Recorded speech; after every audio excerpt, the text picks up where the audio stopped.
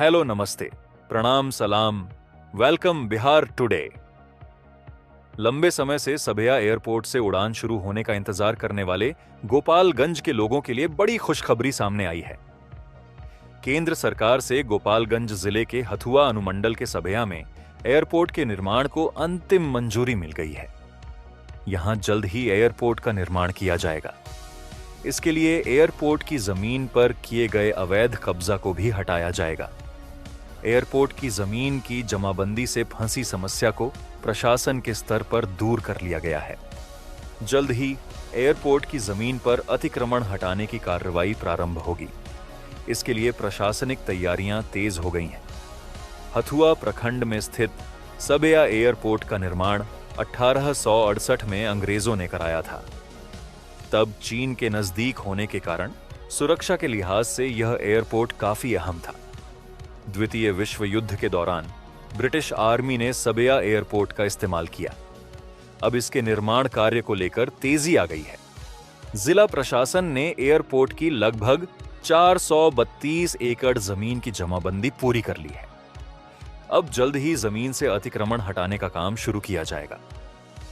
यह एयरपोर्ट फिलहाल रक्षा मंत्रालय के अधीन है और अब यहां बाउंड्री निर्माण का काम शुरू कर दिया गया है।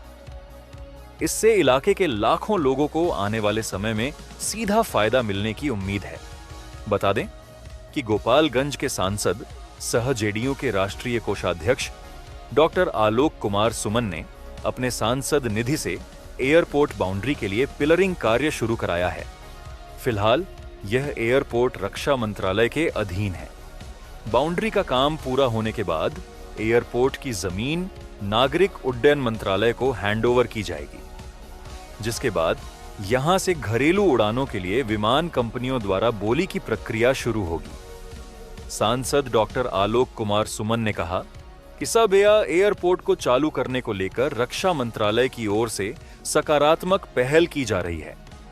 केंद्रीय रक्षा मंत्री ने भी आश्वासन दिया है।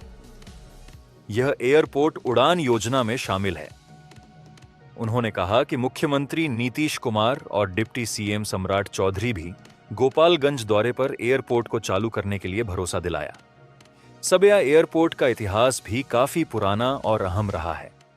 सन 1868 में करीब 517 एकड़ जमीन पर इस हवाई अड्डे का निर्माण किया था।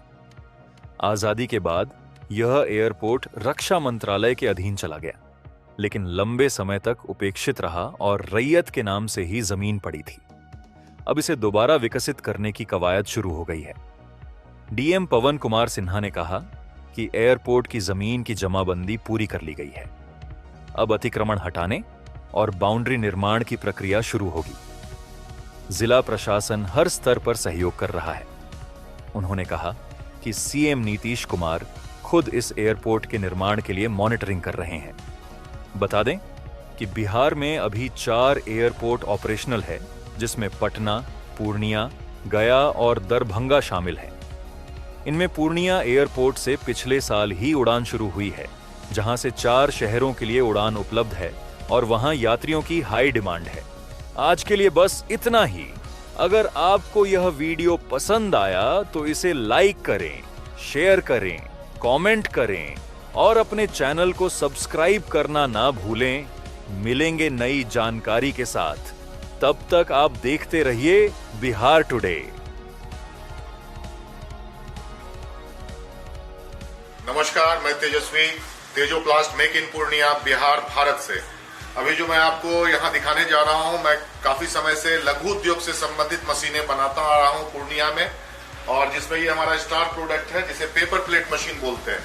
पेपर प्लेट मशीन का मतलब हो गया जिसमें आप लोग गुपचुप खाते हैं, चाउमीन खाते हैं, खाना खाते हैं, और जो इको फ्रेंडली है मार्केट में।